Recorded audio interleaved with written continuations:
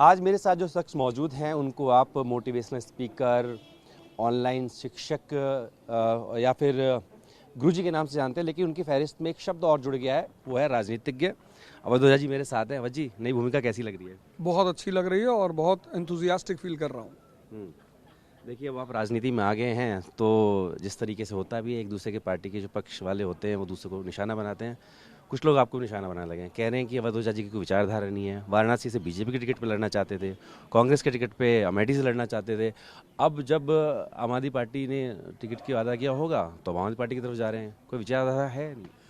इल्ज़ाम जो होते हैं वो लगाने के लिए ही होते हैं। इल्ज़ाम का मतलब कि आपको निशाना बनाया जाएगा, और जब भी आप उठने की कोशिश करते हो, आपने कभी सुना किसी रिक्शे वाले पे, मजदूर पे किसी ने इल्ज़ाम लगाया हो? नहीं।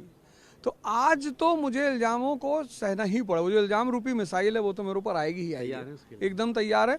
और मैं हमेशा से बोला हूँ, हमेशा से। आपने गौर किया होगा मेरे वीडियोस में मैं कहता हूँ कि यार टीचरों को एक रिस्पेक्टेबल पोजीशन मिलनी चाहिए, एजुकेशन का सुधार होना चाहिए। मैं आईएएस की इस फील्ड में पिछले 25 साल में मैंने देखा कि स्कूल से निकले हुए बच्चों की सोचने की क्षमता नहीं थी। मैं हमेशा सोचता था कि नहीं यार, और सुधार जो होते हैं वो सरकार ही कर सकती है, पॉलिसीज़ का इम्प्लीमेंटेशन सरकार ही कर सकती है। और मैंने अपने कई प्रोग्रामों में कहा था कि जो भी मुझे निमंत्रण देगा आज की महाभारत में, मैं उसकी तरफ से लड़ूंगा। तो आम आदमी पार्टी की तरफ से मुझे एक मैसेज आता है, बस एक लाइनर आता है कि हम चाहते हैं कि हमारी एजुकेशन की जो विकास धारा चल रही है, आप हमारे सहयोगी बने। और बस वो लाइन मुझे टच हुई, मैंने तुरंत ये बोला कि जी हम आपके सहयोगी हैं। देखिए, देश के अंदर करोड़ों आपके चाहने वाले हैं, शिष्य भी हैं जिनकी उम्र 5 से लेकर 50 तक है, और वो पूछेंगे अरविंद केजरीवाल ही क्यों? मैं एक लड़के से मिला, जयेश से। मैं कोशिश करूंगा वो आए भी मीडिया पे। 19 या 20 साल का लड़का है वो। उसकी पर ईयर की जो इनकम है वो 1.5 करोड़।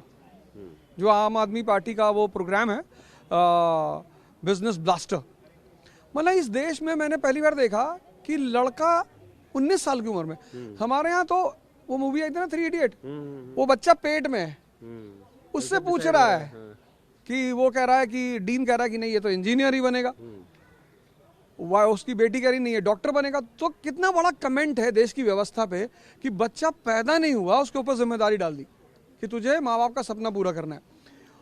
उस देश में जहां लोग मेजॉरिटी नौकरी की मानसिकता लेकर बड़े होते हैं कि भाई नौकरी नहीं करोगे शादी नहीं होगी, उस देश में लड़का इंटरप्रेन्योर बन रहा है।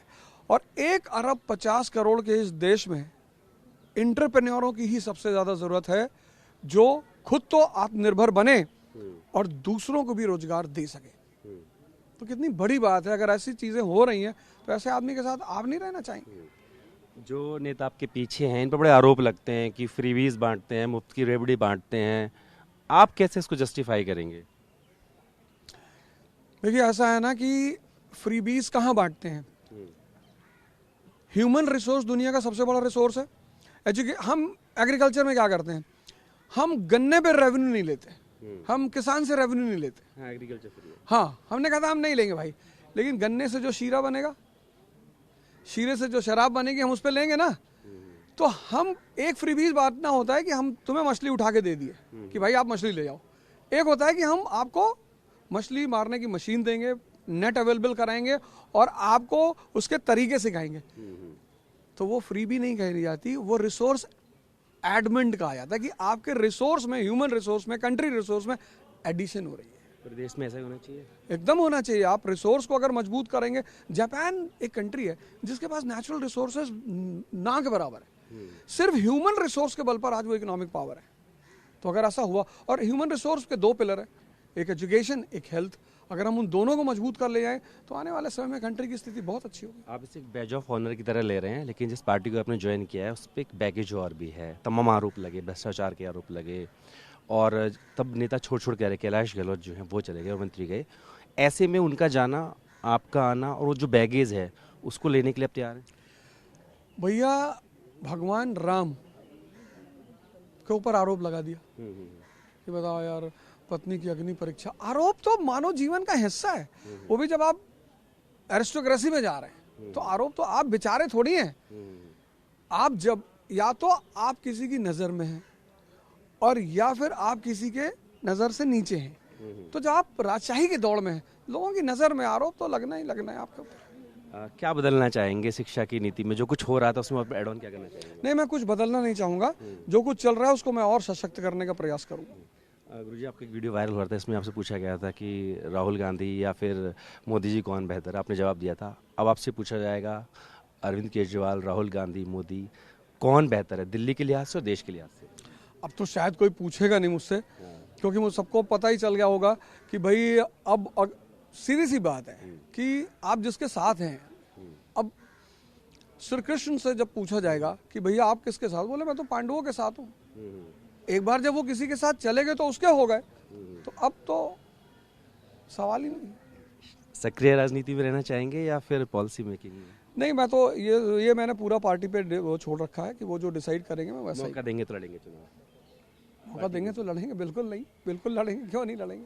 ठीक है, बहुत बहुत आपको शुभकामनाएं। तो अवध ओझा जी, जो कि शिक्षा के बाद अब राजनीति के क्षेत्र में भी आए हैं और कह रहे हैं जो पार्टी भूमिका देगी उसको निभाने के लिए तैयार है। वीडियो सहयोगी राजेश के साथ जितेंद्र भाटी, टीवी 9 भारतवर्ष, दिल्ली।